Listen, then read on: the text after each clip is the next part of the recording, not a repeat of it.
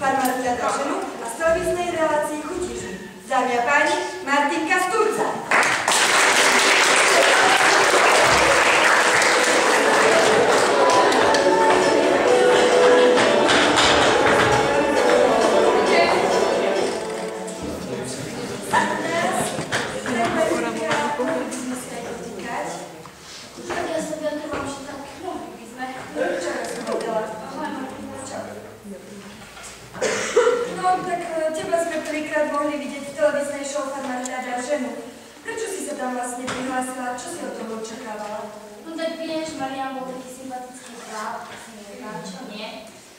No ale keďže mala sebou tie jeho krásavice dve, mamu samozrejme a starú mamu, no čakala som jeho trošku viacej, pretože ten druhý farmár, ale tie ženy iba na výlet, no a čo mi bylo pri tých husných špinavých kravách, no akože to vôbec nie to, akože ja tiež obrobím, ja len tiež doma zvery, hej, mám aj rybičky, aj papagáje, no ale zase takto to nie.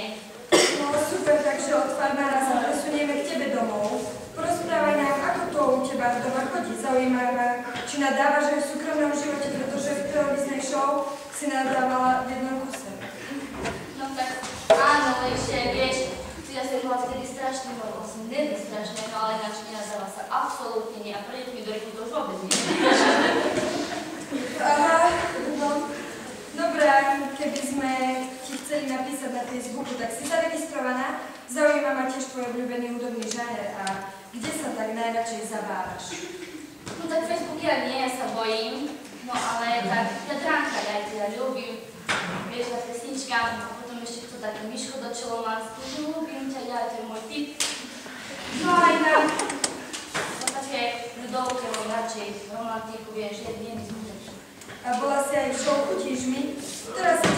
Kto sa ti tam najviac páčil? Kubo, Hafner, Bejus alebo Dušan? No tak Kubko, ja Kubko nie, Dušan má strašne krásne oči. Aha, keď sme už pri tých očiach, tvojou neodmysliteľnou súčasťou je tvoj zmyselne orámovaný pohľad.